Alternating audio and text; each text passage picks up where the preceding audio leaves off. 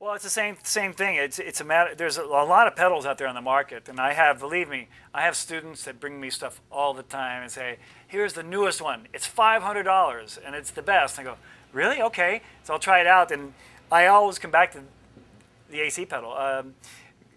Once again, the test is you want you want the feel of the heavy overdrive saturation sound from a pedal, but you want to be able to hear the notes. That's the true test, because there are a lot of pedals. When you back it off to where you can hear the note with clarity, you lose the compression and you lose the sustain.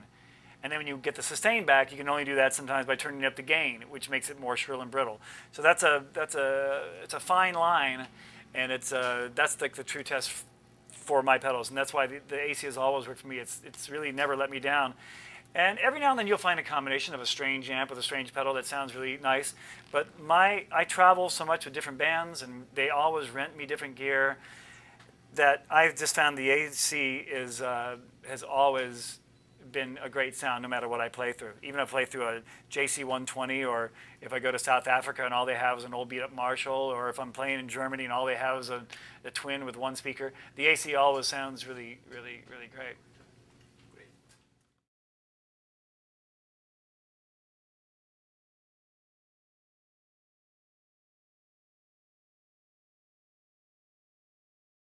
Yeah, I think both.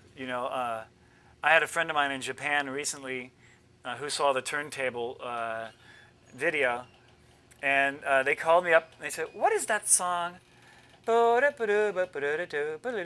was thinking to myself, what is she singing? I have no idea what this is. And it turns out it was just an improvised, apart from my improvised when we were just jamming one time in E. She was singing one of my solos, which was very cute. But it was, that's how I that's how I write. I record myself a lot when I practice, and every now and then I'll hear one little motif or one idea that just kind of triggers an idea, and that will maybe later become the melody for a song. So sometimes it's by accident, but I try to force myself to sit down too. It's not really a bad thing, but I mean, I try to get myself to sit down in the morning. I'm most creative in the morning for some reason when I wake up. Some people work better at night, but I'm better in the morning when I wake up, and I just turn on I have a little tape recorder or use my Pro Tools rig, and I just start practicing.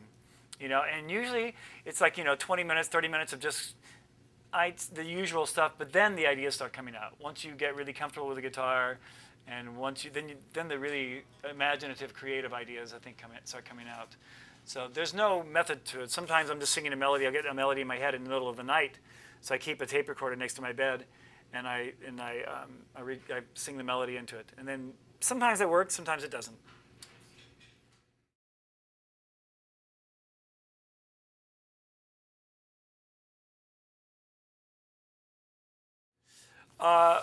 Well, I should think that all the time.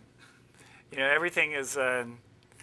I'm very lucky that I've never had a real job in my life. I mean, I've really, since I was 18 years old, since I was 17 years old, I've been playing in nightclubs and playing music, and so I should think that all the time. Sometimes I complain, like everybody. You always find something to complain about.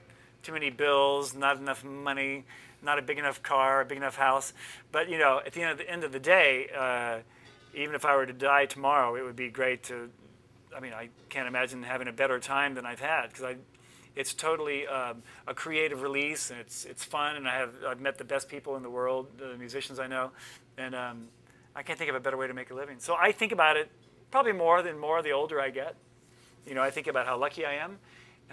But I also realize that I put myself in that position, and I think anybody can do it, whether it's music or whether it's anything else. I think you have to just kind of follow your bliss, and whatever you really have a passion for, there's got to be some way you can get to make a living at doing that, There's always pressures from society or from parents or from girlfriends or whatever to do different things, but if the people really know you and love you and understand, I think life in general, it's important to do what you do best and what you feel from your heart.